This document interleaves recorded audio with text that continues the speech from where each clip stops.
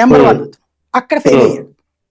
3 రాజధానులు అన్నాడు, అది ఆగిపోయింది కాబట్టి అని ఆపేశాడు. పోనీ నువ్వు విశాఖపట్నానికన్నా బిల్డింగ్ కూడా కట్టించావు.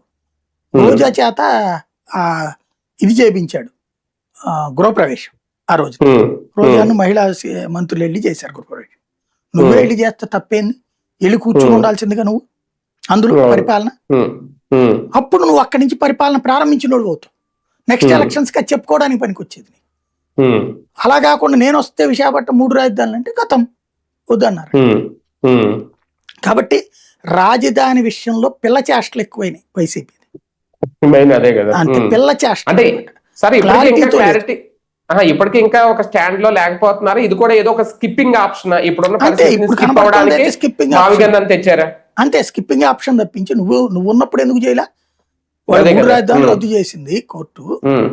నువ్వు అప్పుడు మావిగాని పెట్టచ్చు కదా ఆ రోజు. నేను ఇప్పుడు ఏంటయ్యా అంటే రివర్స్ అవుతోంది కాబట్టి మళ్ళీ ఈ పదం తెచ్చారు మచిలీపట్నం. అంటే ఇప్పుడు దీని మీద ఏదో ఒక బీభత్సమైన కసరత్తు చేసేసి ఒక సెకండ్ ఆల్టర్నేటివ్, ఒక అద్భుతమైన గ్రోత్ ఇంజిన్ గా ఆంధ్రప్రదేశ్ మారడానికి తీసుకొచ్చిన మావి గన్ కాదా ఇది? అదేం లేదు, అంత సీన్ ఉన్నది ఏం కనిపించట్లేదు. ఇప్పుడు 6 నెలల ముందు ఎవరితో చెప్పాడంటే జగన్ ఆయన ప్రెస్ మీట్ ఆయన అనుకున్నాడే మనసులో. కాబట్టి రాజధాని విషయంలో అమరావతి అని చంద్రబాబు నాయుడు